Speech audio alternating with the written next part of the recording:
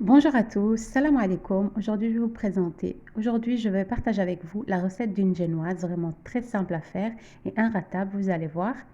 Et je vais aussi faire le montage du gâteau avec vous. Très simple, rapide et efficace. Comme vous pouvez le voir à l'intérieur avec toutes ces couches. Allez, on y va pour la recette, mais n'oubliez pas comme d'habitude de vous abonner et de me faire un petit like pour m'encourager pour la suite. Alors ici, j'ai 6 œufs.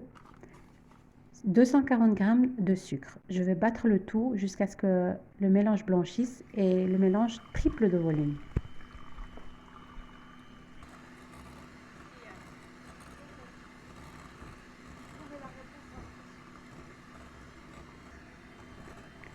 Voilà, comme vous pouvez le voir ici, le mélange a triplé de volume.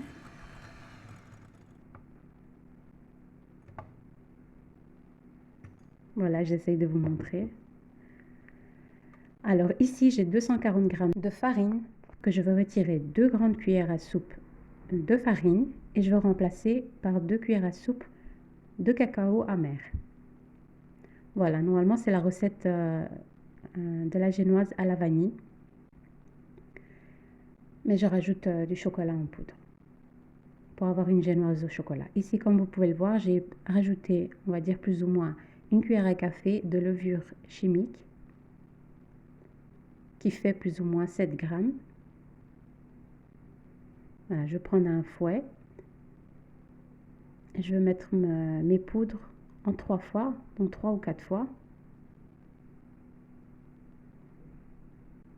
Voilà, je mets et je mélange, je mets et je mélange. Voilà, si vous avez de la farine, essayez de tapoter un petit peu pour que le mélange se mélange bien. Bien, bien, bien, bien, bien.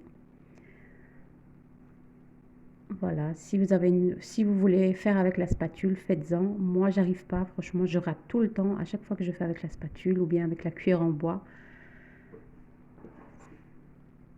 Donc, je préfère faire avec le fouet. C'est pour ça que je vous dis qu'elle est inratable, parce qu'avec ce fouet, avec cette technique-là, c'est pas possible de la rater.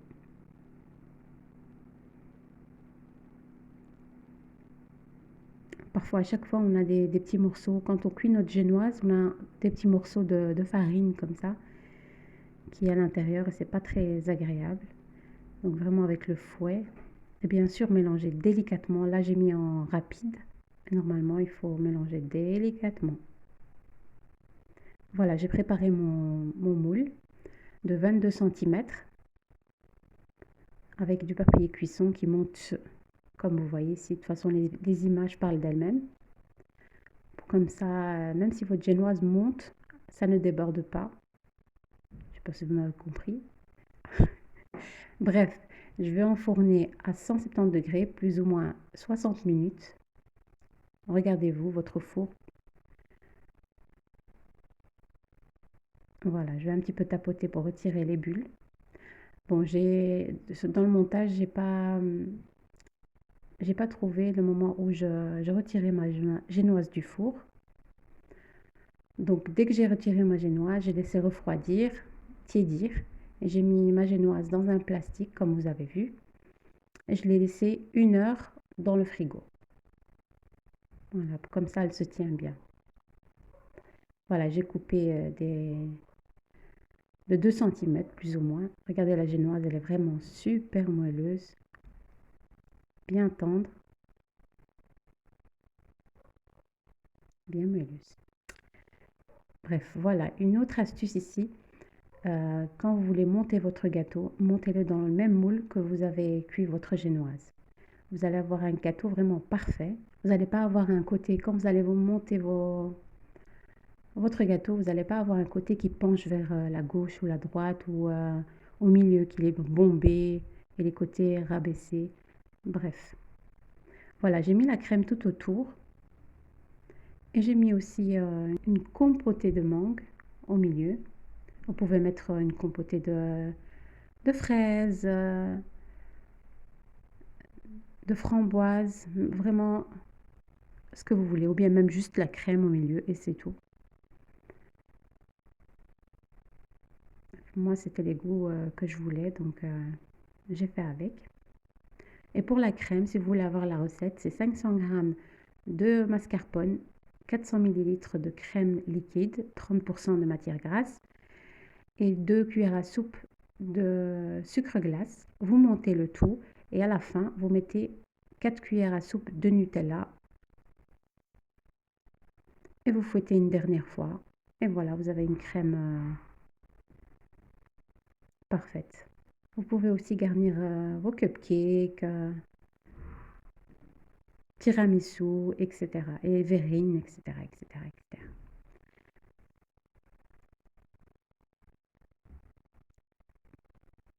Et voilà, j'ai monté un petit gâteau vite fait, bien fait. Normalement, je devais faire un autre jour ce gâteau, mais au final, j'ai dû le faire ce jour-là. Donc, j'ai fait le même jour la génoise, la crème, tout. Comme quoi qu'on peut tout faire le même jour. Alors là, je vais la couvrir, je vais la laisser minimum 2 heures dans le frigo, qu'elle se tienne bien et ensuite on va la décorer. Moi, j'aime bien faire ma génoise la veille et même ma crème la veille pour qu'elle se tienne bien. Le lendemain, je fais juste le montage. Mais c'est pas grave. Franchement, je l'ai fait le jour même et ça a été. Et voilà, ici, je vais commencer à monter mon gâteau. Je mets un gros boudin tout autour. Normalement, il faut faire deux parties. Faut, Normalement, il faut couvrir la première fois votre gâteau, bien lisser, et mettre dans le frigo et mettre une deuxième couche. Moi, j'ai pas fait ça. J'ai fait une couche, mais j'ai bien rempli la crème, on va dire. J'avais pas le temps, donc il fallait que je fasse ce gâteau le plus rapidement possible. Il va pas être parfait, mais au moins, ça va être un beau petit gâteau. Et voilà, je vais faire ici mes petites larmichettes ou petites gouttelettes, ou je sais pas comment on appelle ça.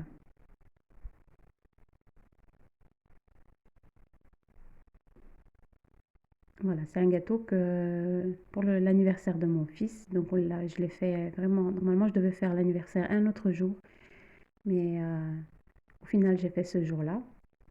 Donc j'ai dû faire vite, vite. Je sais, il n'est pas parfait, il n'est pas vraiment au top. Comme quoi, on peut faire un gâteau vite fait, bien fait, rapide, à la dernière minute.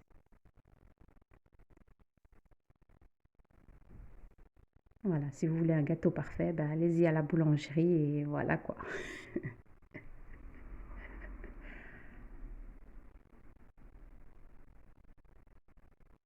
D'habitude, je prends mon temps, mais là, voilà.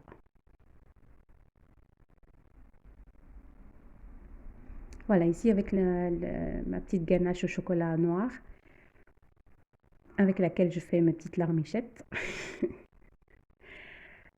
j'ai mis 150 grammes de chocolat noir et 150 grammes de crème liquide à 30%. J'ai laissé fondre le tout et j'ai laissé un petit peu refroidir. Très important, sinon votre crème elle va fondre complètement et votre gâteau il va être complètement raté. Donc vous laissez bien tiédir, pas totalement refroidir parce qu'elle va se tenir, elle va devenir un peu lourde.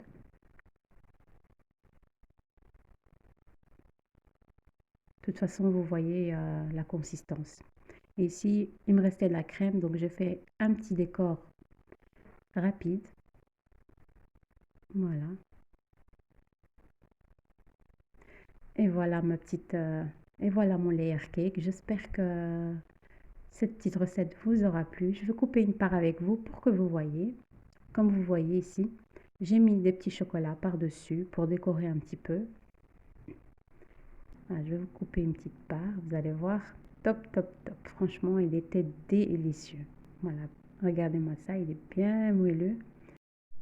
Voilà, je voulais vraiment partager avec vous cette recette et j'espère qu'elle vous aura plu et n'hésitez pas pour m'encourager à vous abonner, à me faire un petit like et d'activer la cloche de notification pour recevoir toutes mes nouvelles recettes, toutes mes nouvelles vidéos. Vous allez voir, en plus le Ramadan approche, je vais partager plusieurs recettes et n'hésitez pas à aller consulter ma chaîne, vous allez trouver plein de recettes avec shbakia et beaucoup de recettes pour le Ramadan, Inch'Allah.